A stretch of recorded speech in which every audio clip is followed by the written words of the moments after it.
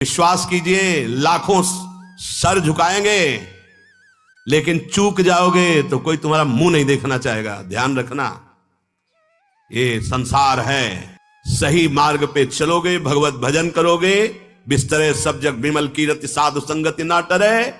नहीं तो ठेका नहीं लिया संसार ने तुम्हें सर झुकाने का।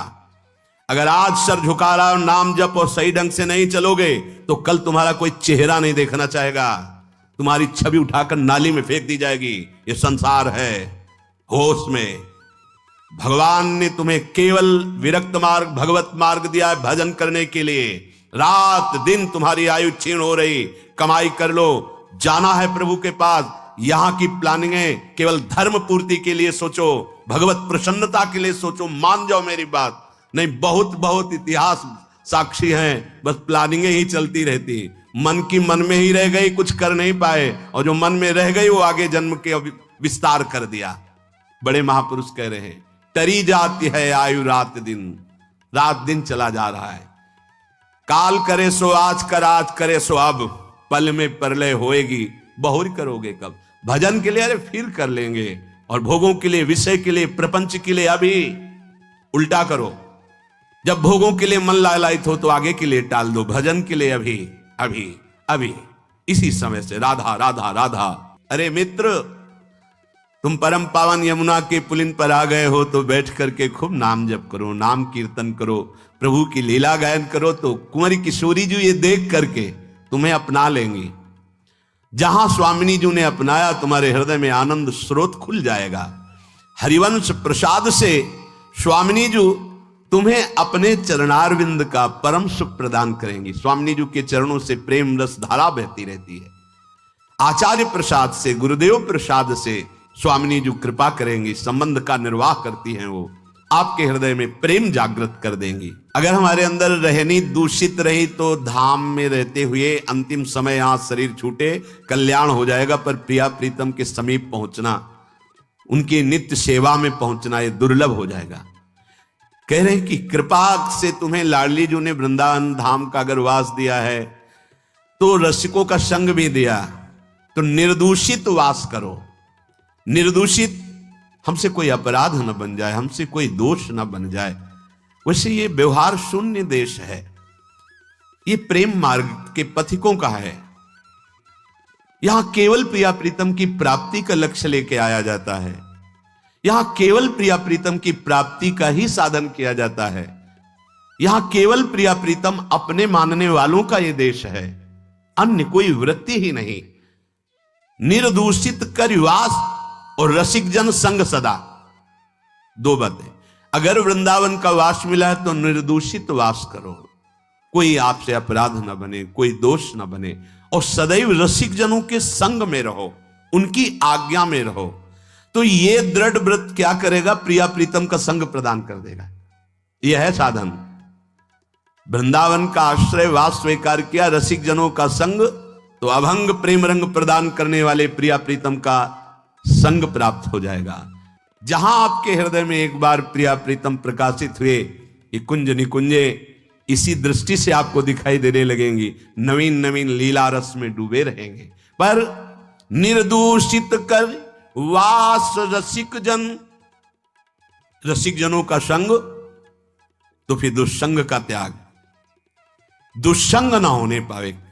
कल देवर्षि नारद जी के भक्ति सूत्र में दुष्संगः सर्वथैव त्याज्यः, सर्वथैव त्याज्यः, दुष्संग की पहचान तो कह रहे हैं जो शिष्णोदर परायण है, रसेंद्री के अच्छे अच्छे पदार्थ खाने के लिए जबान ललचाती है, जनेंद्री भोग के लिए हर समय बावरे बने रहते हैं। शिष्णोदर परायण जो मनुष्य संभोग प्रिय है और रसेंद्री के भोग पदार्थों से प्रियता रखता है, ऐसे नीच पुरुष का संग नहीं करना चाहिए।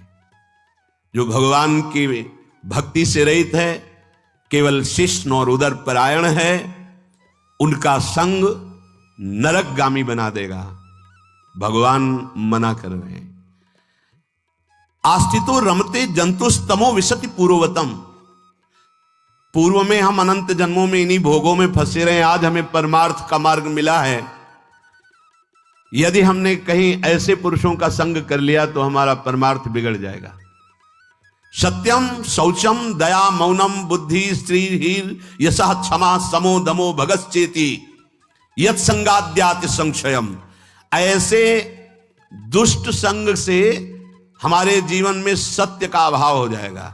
सत्य बोलना, सत्य मार्ग में चलना, सत्य चिंतन करना छूट जाएगा। पवित्रता नष्ट हो जाएगी। दया की जगह क्रूरता आ जाएगी। मननशीलता जो भगवत चरणारविंद की होनी चाहिए वो विषयों की होने लगेगी। हमारी बुद्धि, लज्जा, स्त्री, ईश्वर, ये सब भागवतिक सद्गुण नष्ट हो जाते हैं। अतएव दुष्ट संग न करें। ये जो अशांत चित्त है, मूर्ख है, भगवत विमुख है, नष्ट बुद्धि है, ये जो भोगों के खिलौने बने हुए हैं, ऐसे असाधु पुरुषों का कभी भी साधक संग न करे, नहीं तो नष्ट हो जाएगा। दुष्संग का त्याग प्रत्येक साधक को बड़ी सावधानी पूर्वक करना चाहिए। भगवत प्रेम या मोक्ष पदवी जो भी चाहिए वो तभी मिलेगा जब कुसंग का त्याग हो जाए। भगवान श्री रामचंद्र जी ने तो विभीषण जी से कहा, भगवान चाहे तो नरक का वास दे दे, अच्छा है, पर दुष्ट का संग ना मिले। नरक का वास क्यों अच्छा है?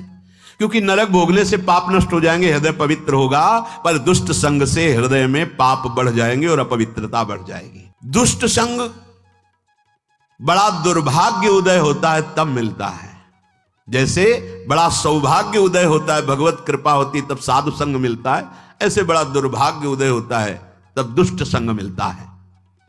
इंद्रियों का कोई भी विषय, अभी तक तो बाहरी दुष्संग की बात, अब कह रहे हैं अंदर दुष्संग की बात। व्यक्ति जनित दुष्संग और वृत्ति जनित दुष्संग। अब अंदर की बात, इंद्रियों का कोई भी विषय जो हमारे मन को प्रियालाल से अलग करके, सतमार्ग से अलग करके भोग लालसा पैदा कर दे, पाप लालसा पैदा कर दे, गंदे विचार बढ़ा दे, हमारे भगवत प्राप्ति से हमारे चित्त को चलायमान कर दे, वो दुष्संग है वृत्ति का। बड़ा सावधानी की जरूरत है। ये भगवत प्राप्ति का मार्ग चलना थोड़ा कठिन है, भगवत प्राप्ति नहीं कठिन है, क्योंकि हमारी वृत्तियां उसी में फंसी रही है। तो ऐसे सत्संग 10 वर्ष सुनो, और हमें लगता है कि अगर सही दुस्संग हो जाए तो 10 दिन में पूरा 10 वर्ष का चैप्टर बदल देगा। तो 10 वर्ष का सत्संग काम उतना नहीं किया, क्योंकि 10,000 जन्मों से हम दुस्संग में ही रहे हैं। तो जहां दुस्संग मिला तो मन राजी हो जाता है, यार बहुत जल चुके, 10 वर्ष हो गए।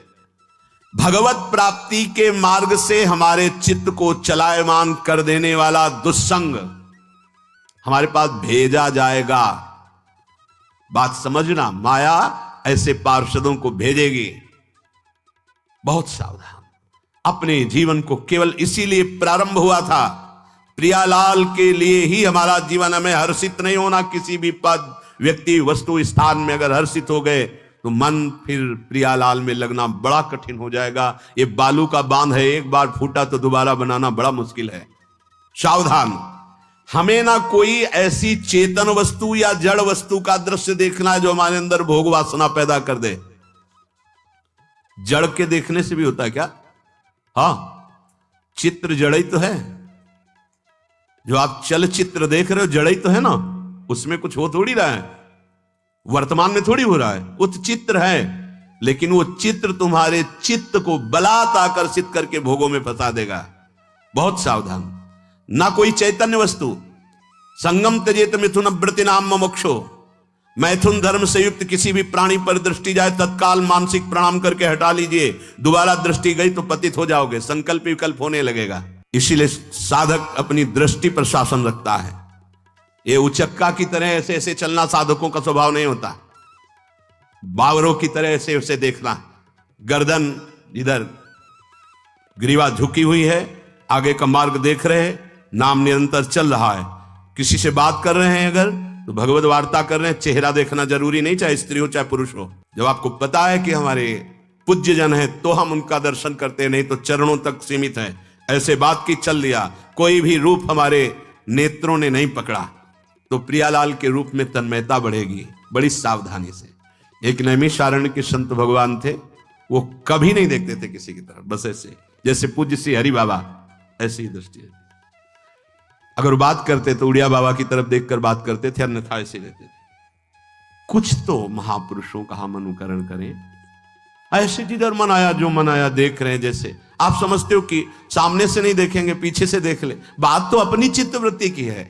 अगर हमारी चित्तवृत्ति दूषित हो रही तो सामने और पीछे से क्या है, झरोखे से क्या है?